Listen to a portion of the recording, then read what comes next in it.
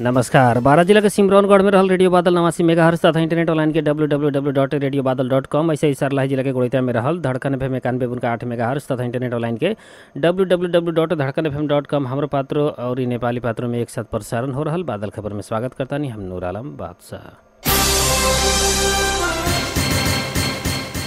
बारा जिला अंतर्गत पड़ेवाला बारा गढ़ीमाई गाउँपालिका अध्यक्ष अशोक कुमार जायसवाल के अथक प्रयास में गाउँपालिका नेपाल भारत मैत्री विकास कार्यक्रम अंतर्गत आज काठमांडू में उपहार स्वरूप एम्बुलेंस प्राप्त कैले बानी।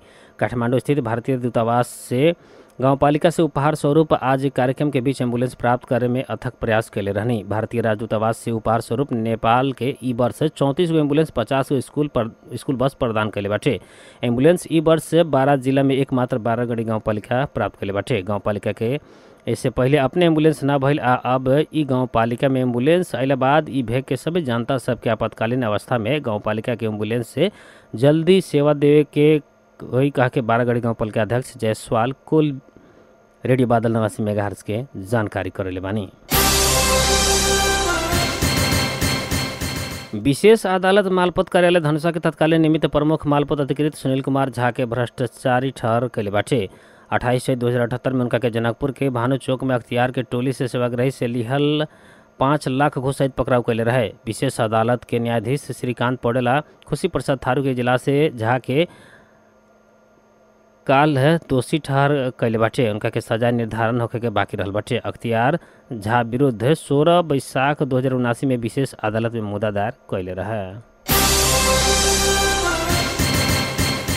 राष्ट्रीय गौरव के आयोजना निजगढ़ काठमांडू द्रुत मार्ग नेपाली सेना से 2083 चैत भीतर पूरा करे के बतैले बाटे। सेना आयोला आर्थिक वर्ष से रणनीतिक योजना के साथ निर्माण के गति देवेला जनैले बाटे। निर्माण तथा वित्तीय प्रगति लगायत के विषय में विभिन्न आलोचना सहत आइल सेना आयोला आर्थिक वर्ष के शुरुआती चरण से 2083 चैत तो के आयोजना के तीव्रता देवे के बतैले बाटे। आयोजना के अभी तक 23.4% भौतिक प्रगति रहल बतावत सेना के प्रवक्ता कृष्ण प्रसाद भंडारी आयोजना के 11 नंबर पैकेज बाहेक 10 गो पैकेज मध्य 3 गो में आगामी आर्थिक वर्ष के शुरुआती महीना से ही काम होके के बताइनी। वहाँ के हाल 1 से लेकर 7 नंबर पैकेज में बेस लेवल से ऊपर निर्माण होखे लागल बताइनी। 8 नंबर पैकेज के बाकी आधा भाग आ 9 नंबर के ठेका के मूल्यांकन प्रक्रिया में रहल 10 नंबर ठेका के सामान्य नवीकरण करे के वहाँ के बताइनी। कुछ स्थानीय प्रस्थान बिंदु ही परिवर्तन करे के मांग कैले बानी। बहुत ऐसा मुआवजा के दर में बार्गेनिंग कैल गई बाटे त बहुत ऐसा जगह धनी मुआवजा के खातिर आवश्यक कागजात ही न जुटा सकला बाद आयोजना के उक्त पैकेज में काम रोकल बाटे। प्रवक्ता भंडारी प्रधानमंत्री पुष्प कमल दाहाल प्रचंड समेत कुछ समय पहले स्थलगत अवलोकन करके समस्या बहुत ही राखल आ बाकी निर्माण के खातिर जगह उपलब्ध करावेला सरकार से पहल शुरू कैल गेल वहाँ के जानकारी करनी। 4 वर्ष भीतर निर्माण समाप्त करे वाला करके 2074 जेठ 18 में प्रधानमंत्री प्रचंड शून्य बिंदु निजगढ़ में शिलान्यास करके निर्माण शुरू कल गेल आयोजना पिछला बेर म्याद थप के 2081 अगहन तक तोकला पर भी समय अपूग होके के कहत आयोजना के अनुरोध में सरकार 2083 चैत तक म्याद थप कैले बाटे।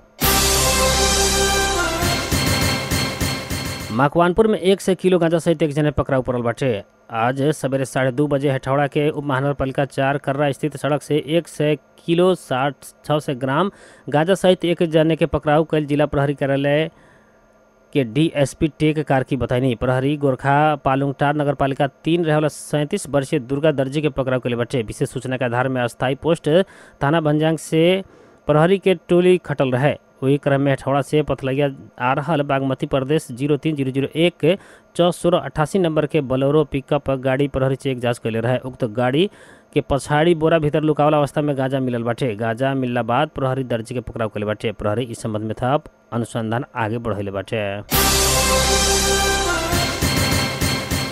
चार्ज में राखल मोबाइल फोन उठैला पर करंट लाके झापा में एक महिला के मृत्यु भइल बाटे। झापा के गौरीगंज गांवपालिका 1 के 55 वर्षीय शीला बुढ़ा थोकी के करंट लाके मृत्यु भइल जिला प्रहरी कार्यालय जनैले बाटे। यीशु के दोपहरिया 3 बजे के ओर खेत में काम करके लौटल शीला चार्ज में राखल मोबाइल फोन आइला बाद उठैला पर करंट लागल रहे। प्रहरी के अनुसार करंट लाके उनका घटनास्थल में मृत्यु भइल बाटे। AIDS health care foundation Nepal के सहयोग में बीरगंज के नारायणी अस्पताल के ART सेवा प्रभावकारी रूप में संचालन हो रहा बाटे कह जनैले बाटे। चालू आर्थिक वर्ष के अंतिम अवस्था में AHF नेपाल एक वर्ष में कईल गतिविधि के विषय में काल वीरगंज में एक कार्यक्रम करके स्थानीय परियोजना परामर्श समिति के जानकारी करेले बाटे। AHF नेपाल के पर्सा जिला प्रतिनिधि आशीष गुरागाई के अनुसार नारायणी अस्पताल के ART सेवा से अभी 1284 जने नियमित रूप में सेवा ले रहा बाटे, जौना मध्य पर्सा जिला के मात्र सबसे ज्यादा 752 जने रहल बा। 12 जिला के 342 जने, रौहट के 98 जने, सरलाही के 85 जने, मकवानपुर के 4 जने आ धनुषा के 3 जने नारायणी अस्पताल के ART सेंटर से सेवा ले रहा वहाँ के बतनी। वीरगंज के आदर्श नगर स्थित होटल लॉर्ड्स दियालो में बैठल परियोजना के परामर्श समिति के बैठक में गुरागाई प्रस्तुत कईल तथ्यांक अनुसार पर्सा जिला के 14 गो स्थानीयता मध्य सबसे ज्यादा वीरगंज महानगर पालिका में HIV संक्रमित रहल बाटे। महानगर पालिका में 248 जने संक्रमित के सेवा लेला पर सबसे कम ठोरी गाँव पालिका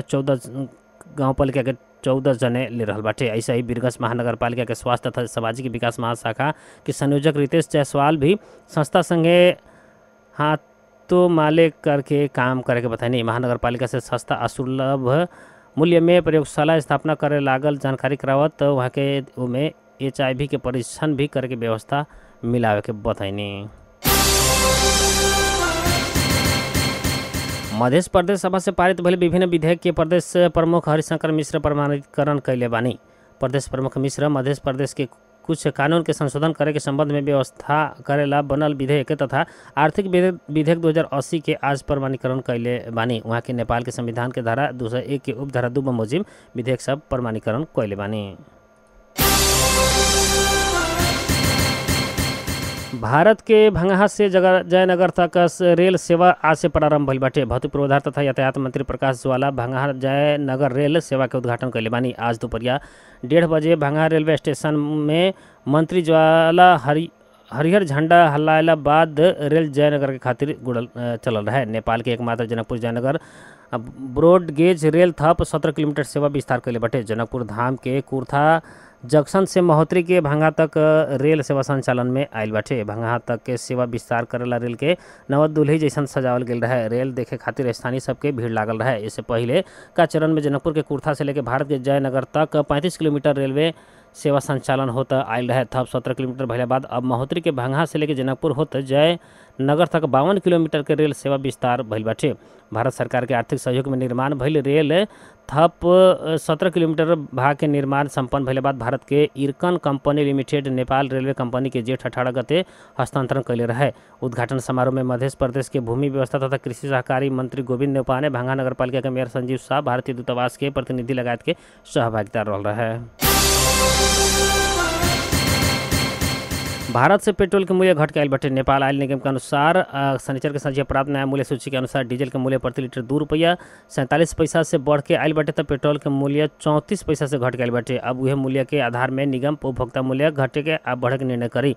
भारतीय आयल कॉर्पोरेशन के प्रत्येक 15 दिन में ईंधन के मूल्य सूची भेजेला।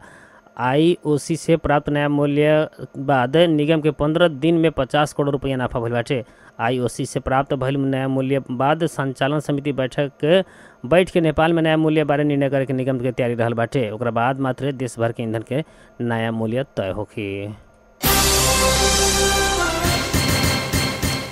काठमांडू स्थित भारतीय दूतावास से नेपाल के विभिन्न जिला के स्वास्थ्य तथा शिक्षा क्षेत्र में काम करे वाला संस्था सबके 34 गो एम्बुलेंस और 50 गो स्कूल बस उपहार स्वरूप प्रदान करे बाटे। आज आयोजित कार्यक्रम में शिक्षा विज्ञान तथा प्रविधि मंत्री अशोक कुमार राय की उपस्थिति में नेपाल के खातिर भारतीय राजदूत नवीन श्रीवास्तव एम्बुलेंस और स्कूल बस के चाबी हस्तांतरण कैल उक्त दूतावास द्वारा जारी विज्ञप्ति में जनावल गल बाटे। नेपाल के स्वास्थ्य तथा शिक्षा क्षेत्र में सहयोग पुर्यावत आयल भारत सरकार सन 1994 से लेकर भारत के स्वतंत्रता दिवस और गणतंत्र दिवस के अवसर में नेपाल के विभिन्न क्षेत्र में लाभकारी संस्था के एम्बुलेंस तथा स्कूल बस उपहार स्वरूप प्रदान करत आयल बाटे। राजदूत श्रीवास्तव उक्त एम्बुलेंस तथा स्कूल बस नेपाल के स्वास्थ्य तथा शिक्षा के क्षेत्र में कल गेल सहयोग कहत ई कार्यक्रम भारत और नेपाल बीच के विकास साझेदारी के ही एक अंश के रूप में रहल जानकारी देनी।